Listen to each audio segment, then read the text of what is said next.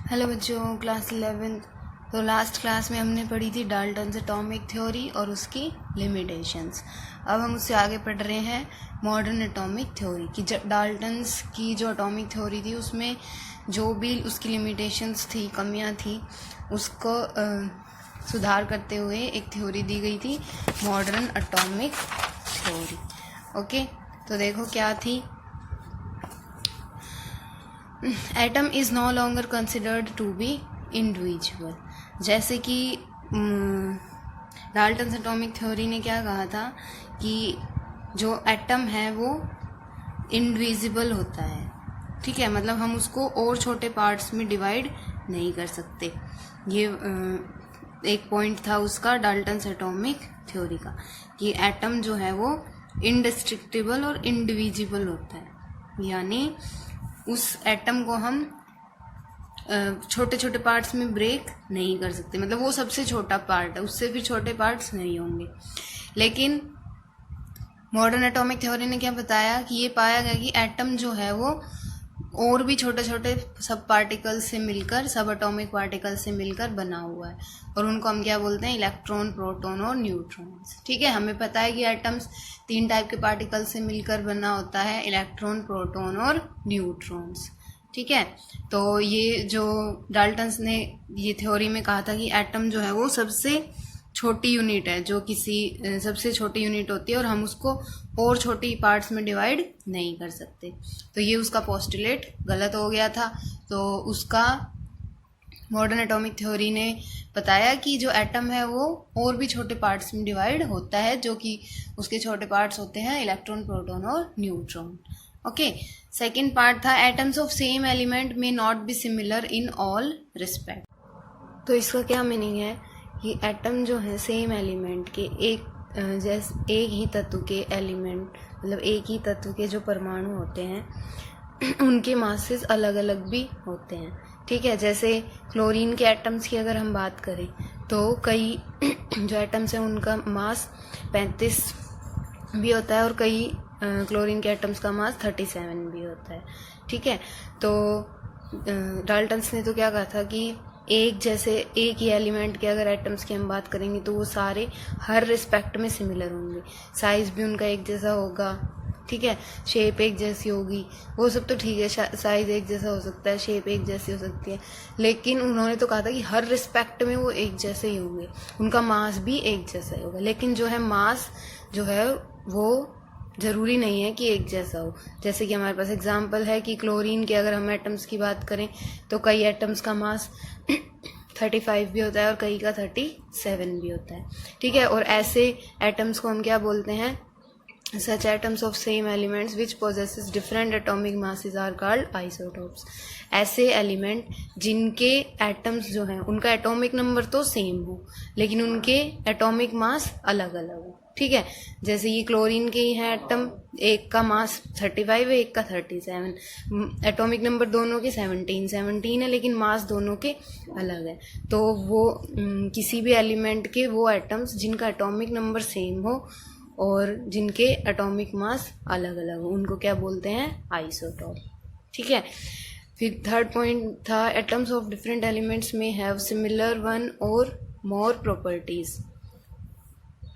जो different element के atoms हैं उनकी एक जैसी प्रॉपर्टीज, एक या एक से ज़्यादा एक जैसी प्रॉपर्टीज भी हो सकती हैं। ठीक है, जैसे देखो डाल्टन्स ने क्या कहा था कि डिफरेंट एलिमेंट के जो एटम होंगे ना वो हर तरह से अलग ही डिफरेंट होंगे, उनका साइज भी अलग होगा, उनका मास भी अलग होगा, शेप भी अलग होगी। तो ऐसा नहीं होता है कि कई डिफरेंट एलिमेंट्स के जो एटम हैं उनका मास सेम होता है। जैसे देखो ये हमारे पास जो कैल्शियम और आर्गन, इन दोनों के एटॉमिक मास 40 होते हैं। ठीक है, कैल्शियम का एटॉमिक नंबर 20 होता है, एटॉमिक मास 40 होता है। आर्गन का एटॉमिक नंबर 18 होता है, आर्गन का एटॉमिक मास 40 होता है। ठीक है, और उनकी केमिकल प्रॉपर्टीज अलग अलग होती हैं। ठीक है। तो लेकिन एटॉमिक मास तो सेम है ना दोनों का। डाल्टन ने क्या कहा था, डाल्टन ने तो कहा था कि अगर अलग एलिमेंट के एटम है ना, दोनों अलग अलग एलिमेंट के एटम, जैसे ये तो कैल्शियम का एटम है और एक आर्गन, तो ये अलग अलग एलिमेंट के एटम है, तो उसने कहा था कि वो हर तरह से अलग होंगे। लेकिन इन दोनों के अभी हमने देखा कि मास तो एक जैसे हैं, ठीक है। तो यहाँ भी डाल्टन्स का जो पोस्टुलेट था वो गलत हो गया था। तो और जो ऐसे एलिमेंट होते हैं जिनके ऐसे एलिमेंट्स के एटम जिनके मास सेम हो, जिनके एटॉमिक नंबर अलग अलग हो और जिनके मास एटॉमिक मास सेम हो, उनको हम क्या बोलते हैं, आइसोबार्स बोलते हैं उनको, ठीक है। तो फोर्थ पॉइंट क्या था, atom is the smallest part unit which take part in chemical reaction. Atom जो है वो सबसे छोटी यूनिट होता है जो किसी केमिकल रिएक्शन में पार्टिसिपेट करता है, ठीक है। तो ये बात डाल्टन ने भी कही थी कि एटम जो है वो सबसे स्मॉलेस्ट यूनिट होगी जो किसी भी केमिकल रिएक्शन में हिस्सा लेगी।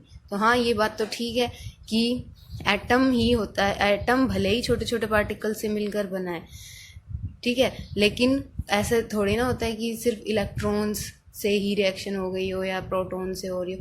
मतलब एटम ही सबसे स्मॉलेस्ट यूनिट होती है जो किसी केमिकल रिएक्शन में पार्टिसिपेट करती है, ठीक है। तो ये पॉइंट डाल्टन्स का ठीक था। फिर नेक्स्ट है the ratio in which the different atoms combine may be fixed and integral but may not be always simple. जो डिफरेंट एटम होते हैं, ठीक है, वो आपस में कंबाइन होते हैं, उनका रेशियो फिक्स होता है, ठीक है। बताया था लास्ट क्लास में भी, और पहले के लॉज करवाए थे उनमें भी बताया था कि किसी भी कंपाउंड के अगर हम किसी कंपाउंड के हम एलिमेंट्स की बात करें तो वो फिक्स रेशियो में कंबाइन होते हैं, उनका रेशियो फिक्स होता है। तो रेशियो फिक्स तो हो सकता है लेकिन वो हमेशा सिंपल हो ऐसा ज़रूरी नहीं होता, ठीक है। डाल्टन ने तो क्या कहा था, वो फिक्स तो होगा लेकिन वो सिंपल हो हमेशा ऐसा ज़रूरी नहीं। जैसे कि शुगर के मॉलिक्यूल में हम देखें तो कार्बन, हाइड्रोजन और ऑक्सीजन के एटम का रेशियो 12, 22 और 11 है, जो कि सिंपल नहीं है, ठीक है। नेक्स्ट था एटम ऑफ वन एलिमेंट में B change into atom of other element. तो डाल्टन्स ने कहा था कि हम एक एलिमेंट के एटम को किसी भी फिजिकल और केमिकल चेंज से, मतलब उसको ना ही बना सकते हैं ना ही डिस्ट्रॉय कर सकते हैं। तो हाँ, फिजिकल और केमिकल चेंज से तो हम नहीं कर सकते, ठीक है। फिजिकल चेंज क्या होता है, जैसे देखो वाटर का आइस में कन्वर्ट हो जाना क्या है, एक फिजिकल चेंज है। मतलब वाटर में भी H2O ही है और आइस जब बनी जब भी वो H2O ही है, ठीक है। तो वो एक फिजिकल चेंज है। केमिकल चेंज क्या होता है, जैसे कि H2 और O2 मिलकर और H2O वाटर बनाए, ठीक है। अब देखो इसमें रिएक्टेंट में तो H2 और O2 थे, हाइड्रोजन और ऑक्सीजन, लेकिन प्रोडक्ट में क्या मिला, वाटर मिला। तो ये किस टाइप का चेंज है, ये एक केमिकल चेंज है। केमिकल चेंज क्या होता है कि जो हम रिएक्टेंट लेकर चलते हैं, रिएक्टेंट में हम जिस टाइप के एलिमेंट लेते हैं वही टाइप के एलिमेंट हमें प्रोडक्ट में मिलते हैं, ठीक है। प्रोडक्ट का टाइप भले ही जैसे इसमें हाइड्रोजन और ऑक्सीजन था और मिला वाटर है, ठीक है, लेकिन कंबाइन हाइड्रोजन और ऑक्सीजन ही हुए थे ना। तो इसमें भी H और O ही है, वाटर के अंदर भी। ऐसा नहीं है कि यहाँ हाइड्रोजन ऑक्सीजन लिए थे और प्रोडक्ट में हमें नाइट्रोजन फ्लोरीन वगैरह कुछ मिल गया हो, ऐसा तो नहीं है। हाइड्रोजन ऑक्सीजन लिया था तो प्रोडक्ट में हाइड्रोजन ऑक्सीजन ही है, ठीक है। तो इस टाइप का चेंज एक केमिकल चेंज होता है, ठीक है। और एक फिर तीसरे, तो जो फिजिकल और केमिकल चेंज होते हैं, इससे हम नए एटम्स ना ही डिस्ट्रॉय कर सकते हैं और ना ही उन्हें बना सकते हैं। लेकिन एक और चेंज होता है न्यूक्लियर चेंज। न्यूक्लियर चेंज से हम नए एटम्स बना सकते हैं, ठीक है। जैसे यूरेनियम के ऊपर अगर हम न्यूट्रॉन्स की बम्बार्डमेंट करें तो हम प्लूटोनियम के जो एटम्स हैं उनकी फॉर्मेशन कर सकते हैं, ठीक है। तो ये जो न्यूक्लियर चेंज जो होते हैं उनसे हम नए एटम्स की फॉर्मेशन कर सकते हैं, ठीक है। फिर नेक्स्ट है the mass of an atom can be change into energy. तो किसी भी एटम का मास जो है वो एनर्जी में बदल सकता है। आइंस्टाइन इक्वेशन है, होती है एक E=mc², जहाँ पे E क्या होती है, एनर्जी, M मास और C वेलोसिटी होती है, ठीक है। और जो मास और एनर्जी है वो इंटर कन्वर्टिबल है, उनको हम बदल सकते हैं।